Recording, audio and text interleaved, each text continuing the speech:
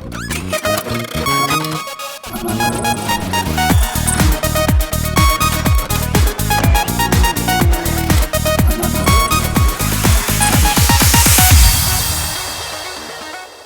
and welcome to yet another episode of Tech It Out. And today's episode is very special because we're bringing you technology that's much closer to you. Smarter for your smartphones, smarter for your old phones, smarter for your navigation, and smarter for your photographs. We are personalizing technology for ourselves and of course for you as well. So next up, let's take a look at all that we have on the show this week.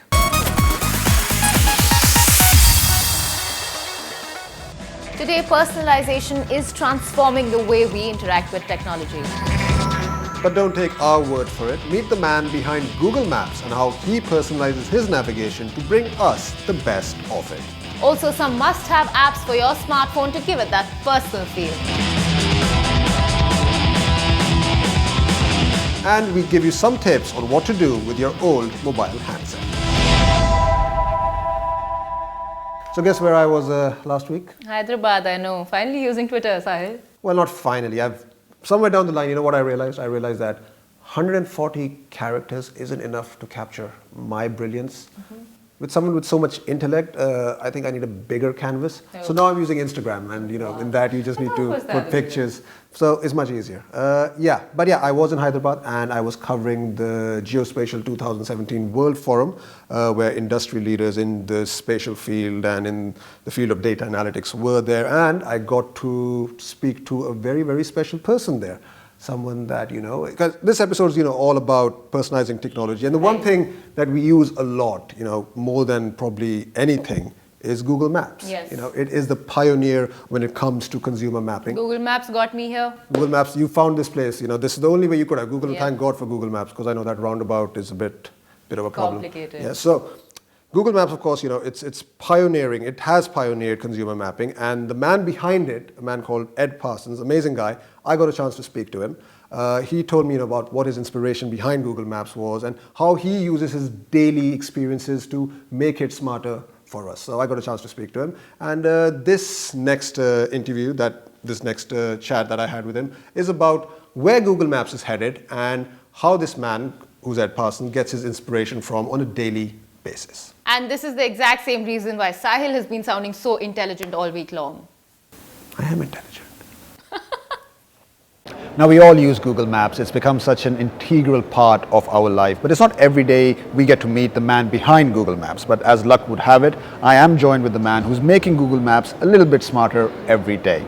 I'm joined by Ed Parsons. Ed, thank you so much for taking the time to talk to us here on WeOn. Let me start by asking you, as the chief geographer at Google, one of your main jobs is to, of course, make Google Maps much smarter. So my question is, how do you do that? I mean, what's your inspiration to make Google Maps a little bit smarter? Believe it or not, the inspiration is our users. We want to make Google Maps something that people will come back to every day and find a useful companion. So it's beyond just navigation now as to being something that helps you in your day-to-day lives. Do you need to leave for your commute half an hour early because there are traffic problems? Those sorts of answers that you'll keep coming back to is what we're trying to make Google Maps become. So tell us a little bit about the evolution of Google Maps in the last few years. How did it exactly start? And take us through that journey, if you will. Well, I guess like many mapping platforms on the web, we started in providing a mechanism for local search. So if you were searching for a local business, a pizza restaurant, or you were searching for a plumber, where you were was a very important part of that search, because clearly if you're in Hyderabad, you don't want to find a pizza restaurant in Delhi, so you want local restaurants. So that was the prime motivation, and that's still really much of what we try to do, is to provide that contextual interface to search. So beyond that, we've added more and more content, more and more detail, much more things like imagery to make the experience more immersive. We regard imagery, and particularly Street View, as that final level of zoom. You come all the way down from space, and this is what it feels like to be on the street corner. Could you also tell us in detail how you use Google Maps in your daily life? Well, I use it. I live in London, so I use it when I commute into the office. It will tell me, what time my next train is, if it's on time or not. Moving around London, going to visit offices, going to places that I've not visited before. I'll type in the address and be given the directions there. At the weekends, going on trips with the family, finding out, local restaurants, museums, places to go. It really is that companion. It's something I do use every day. And do you think for the benefit of our users, could you give them a few tips on how to use Google Maps more efficiently? Well, one of the things that can be most useful is logging in. And if you have a Google account, it will then automatically know where your home is, where your office is. It will start to understand the choices that you make in terms of how you travel and can make the experience a little bit more personalised. I travel an awful lot in my life, and because I've logged into Google Maps, it knows where I'm staying in particular hotels. So it'll actually put that on the map for me to say, okay, for these 2 days you're staying on this hotel, and it appears in my own personalised version of the map. Now, you don't have to do that, but if you do, it makes the experience that bit better, I think.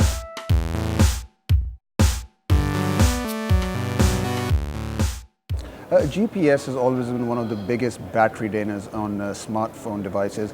How do you think future iterations can improve upon that? Well, I think we talk about GPS as a generic term now to say, how can my device know where I am? But actually what's happening most of the time is you're using a combination of GPS and Wi-Fi and cell tower triangulation, and all those technologies coming together are working out where you are. So the GPS part of that is really probably only used when you're outside. Now that's improving by the new constellations of satellites coming on stream. So there are global constellations like Galileo, there's the local constellation here the Indian government have created. All of those improve the number of satellites there are in the sky, which means you'll get a more accurate fix more quickly. So I guess it all makes the location that bit more reliable. But much of our interest is in being able to locate you when you're indoors. Could you possibly tell us what's in future for Google Maps? Are you not at the liberty to discuss that? No, I'm not. That's what I thought. But I thought it was worth a shot, so I thought I'd give it a try. Good try. Good try. Right. No, I mean, it's to drill down and to just keep improving the product. It's a very popular product now, but we know there's plenty more we can do to make it something that's even more useful to our users. Okay, Ed, I think we'll leave it there for now, but thank you so much for your time. Really appreciate it. Enjoy your trip in India. Thank you. So Ed Parsons, Sahil, pretty damn impressive, yeah? That's what I do, man. I have smart conversations with the smart people. Then I come back to you and have a discussion with you, but that's fine. I can deal with that. Yeah, I just liked a photograph on Instagram. How about that? We talked about that. I'm loving Instagram, dude. I am. Did you see how many? But you're talking about me. You should have seen Ankit. Oh my! When he saw Ed Parsons, He was like it was like I don't know.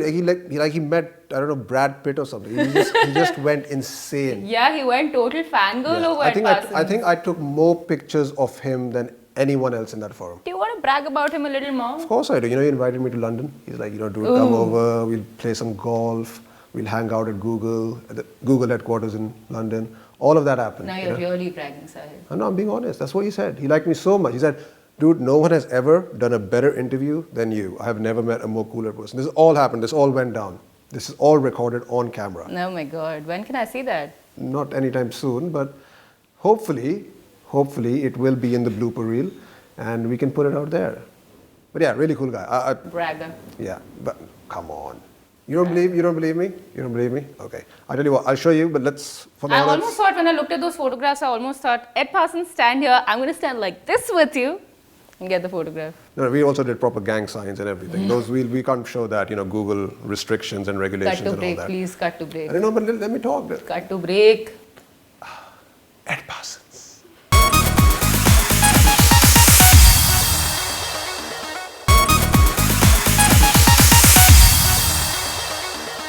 Welcome back, you're watching Tech It Out. Now, on one of our previous episodes, we busted the jargon RAM for you. RAM stands for Random Access Memories, and we busted the jargon for you using some salad ingredients.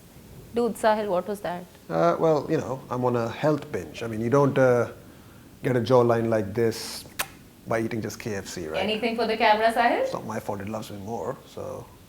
Really want to ask our viewers, Go. Are you going to do another Twitter poll on that as well? Yep. Okay, go for Makes it. for the perfect Twitter poll. You and your Twitter polls, man. But what are we doing next? What's up?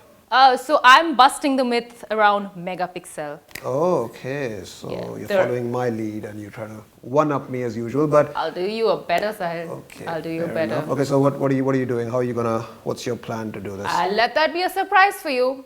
Open to imagination. And I guess also to interpretation. Whatever.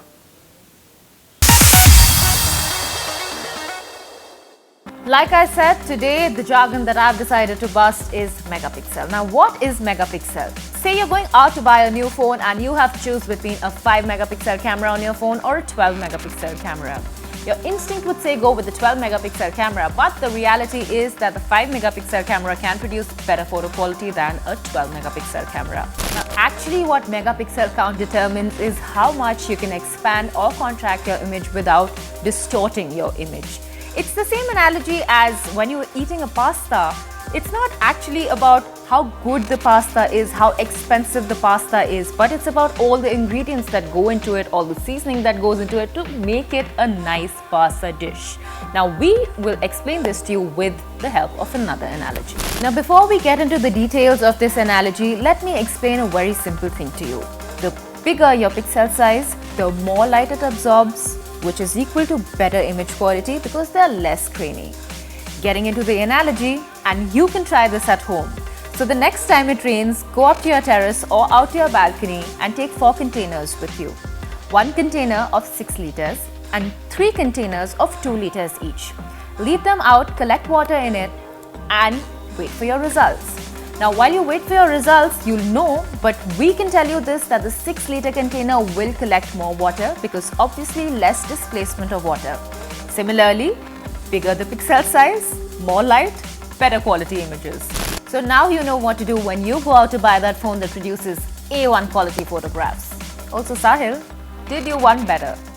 Unfortunately, it's time right now to take a short break on the show. But don't go anywhere because when we come back, more ways to personalize your tech. See you on the other side.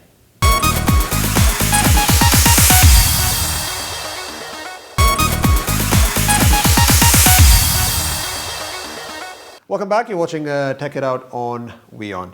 So, what's next on the agenda? I mean, how are we personalizing our tech now? We are personalizing tech using apps on our smartphones. That's the thing we use every day, right? So yeah, I mean, it is the one thing that gives it that personal touch than anything else. It makes you feel like, okay, this phone belongs to me and nobody else, right? Yep, so, absolutely. I mean, what's your favorite app if you had to pick one? If I had to pick one, that'd be Splitwise. I discovered it only 2-3 months ago while on a vacation with my friends, and all we had to do was get onto the app and punch in every expense in under the person's name who was making the expense, and in the end we just had to say calculate and it would just tabulate beautifully how much, who owed who how much. Right. Awesome app, you should try it. So just stay still because there Should I is pose? no. I'm just there's a Pikachu on your hair, so just don't Oh my don't God, move. I have to Pokemon throw a Go. Pokeball at it and just stay very still. And catch caught. 'em all, Oh yeah, there you go. Pokemon. So yeah, that's my favorite app. by the Aren't way. you over it by now, Sahil? No, dude, you can never have enough I have to catch them all. That's the objective of the game, and I still haven't caught them all. So, but I caught Pikachu, and I'm very happy. So Oh my thank you. God, you got the Pokemon. And your hair is very lucky for my Pokemon skills. Anyone's hair is lucky for you, Sahil. Okay, this I always walk into these jokes. I see. Always. Hair jokes especially. You're good at those. Yeah, good. Anyway, on that note, let's take a look at some of the top apps out there that personalizes your phone. Take a look. About a decade ago, technologists behind the mobile phone revolution greeted the world with the smartphone revolution by combining features of a personal computer with those useful for mobile devices. True to our Homo sapien nature, we didn't just turn this revolution into a trend, but hopped onto it with all hands on deck. Literally. So much so that we just can't get enough of our smartphones anymore. Of course, there's more than us users to blame for it. App developers kept adding fuel to this fire by giving us apps one after the other. Whether it was those that got us closer to family and friends across oceans or simply helped us kill time when we had too much of it on our hands. Say whatever, apps have completely taken over our lives. Almost like there's one for everyone and everything that you may want to do. We've done the sifting and sorting and found you some apps that will make your everyday life a little better. Like we said, there's one for everyone. Why should you limit your kids' learning to classrooms when you have handy apps to widen their horizons? No need to spend a bomb on getting your child a crash course in aeronautics. Just simply download Simple Rockets app and your little genius is ready to fly high in the extracellular world. If you want to work on your child's mental abilities, the Lumosity app will light up their brain cells. From problem-solving skills to memory-building exercises, this one's pro at keeping your child busy doing something productive. Tired of hearing complaints about your child's silly spelling mistakes? Well, the Wordplay app can turn them into a spell bee.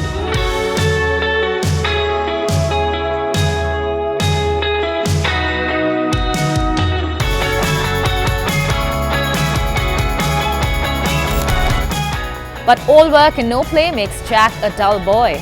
Indulge your kids into some arts and crafts. There are apps available for that too. Now, why should your kids stay away from phones? Now we know the older you become, the wider your course becomes, and so does the size of your textbooks. Take a break, we say, but while you do that, keep your brain stimulated.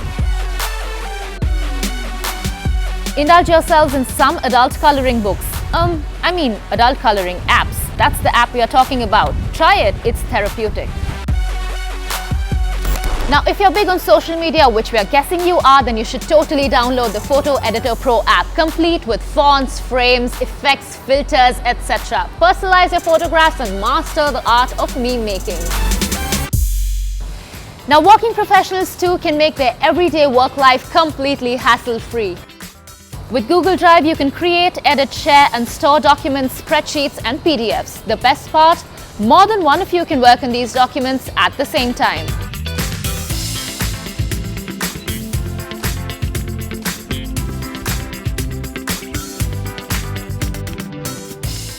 Now, what's your professional life without some networking? Network and collaborate with professionals across the world on LinkedIn. Get the latest updates from companies and professionals on the latest developments in your business, or find the next best place to work at.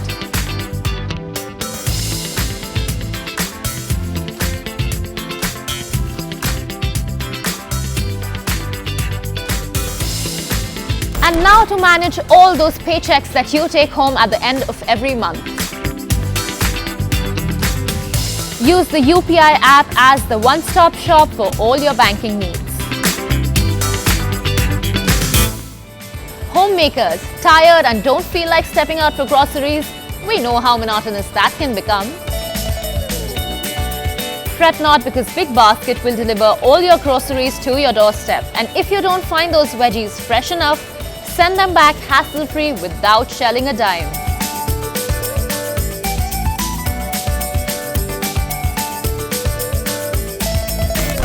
And after running the entire household like a boss all day, uninvited guests suddenly coming over? Easy Recipes app ensures that you get quick meals served on your platter, leaving you with more time for your family. Now, since you're the boss of the household, you decide when and how to redecorate. Get the Urban Ladder app to find everything that you may need to redecorate your house.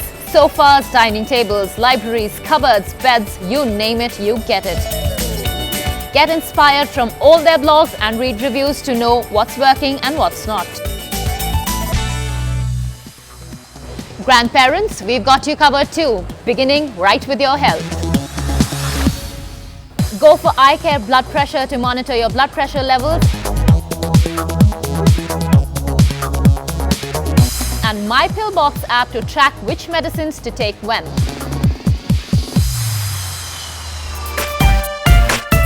And for some old world charm, there's Wordplay with Friends, where you can collaborate with people across the world to play word building games.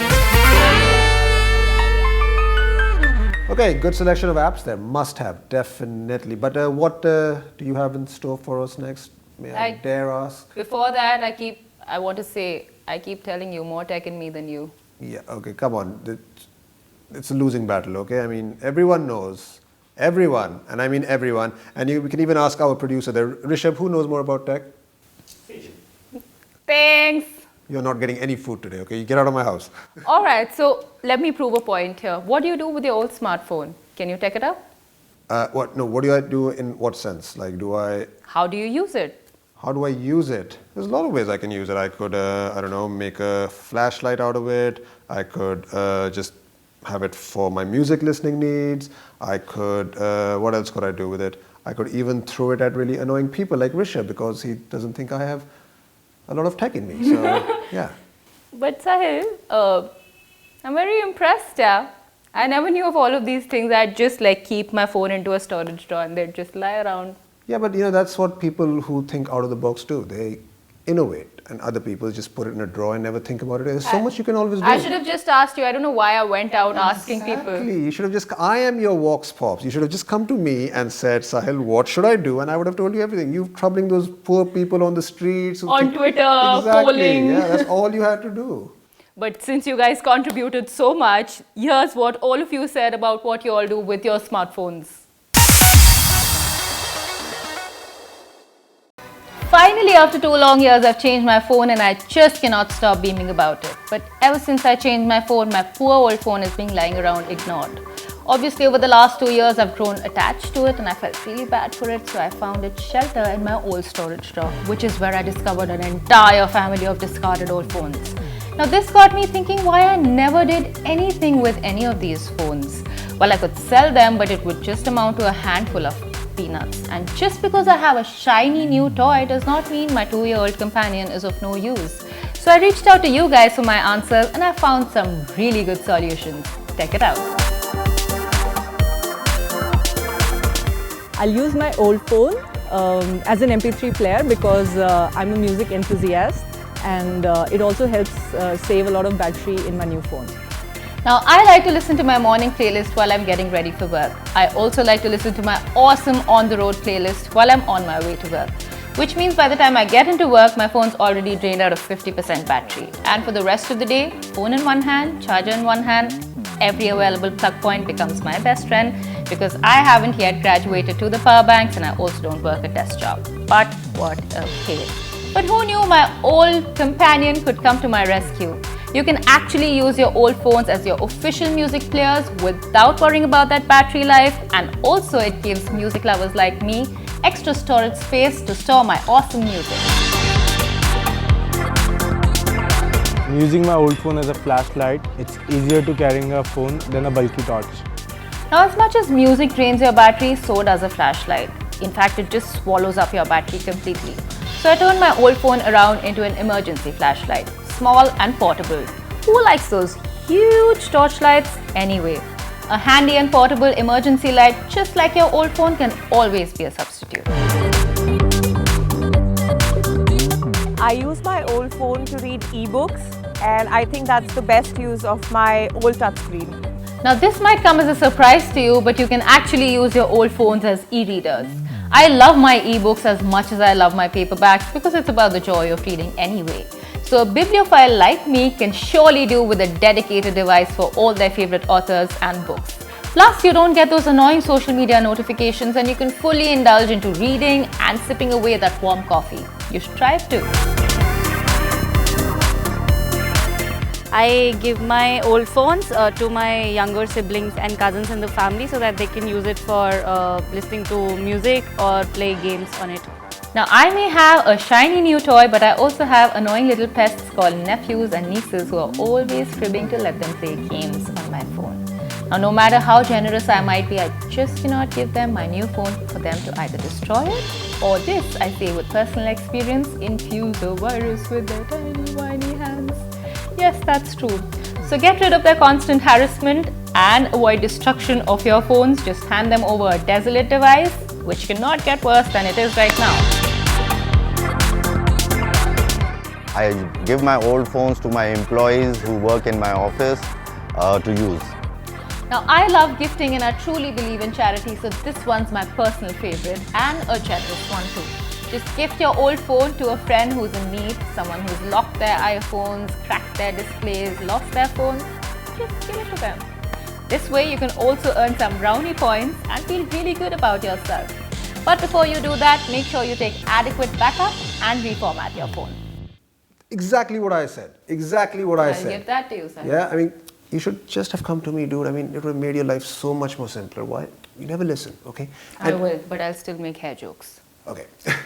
And on that note, it's time to say goodbye. We really hope you enjoyed this episode of Tech It Out. You can reach out to us on Facebook, Twitter, Instagram. We are all over social media. We also have a Twitter handle called @WeOn_TechItOut, and you can also tweet us on our personal Twitter handles. We'll see you same time next week for all the news and updates. Keep watching WeOn.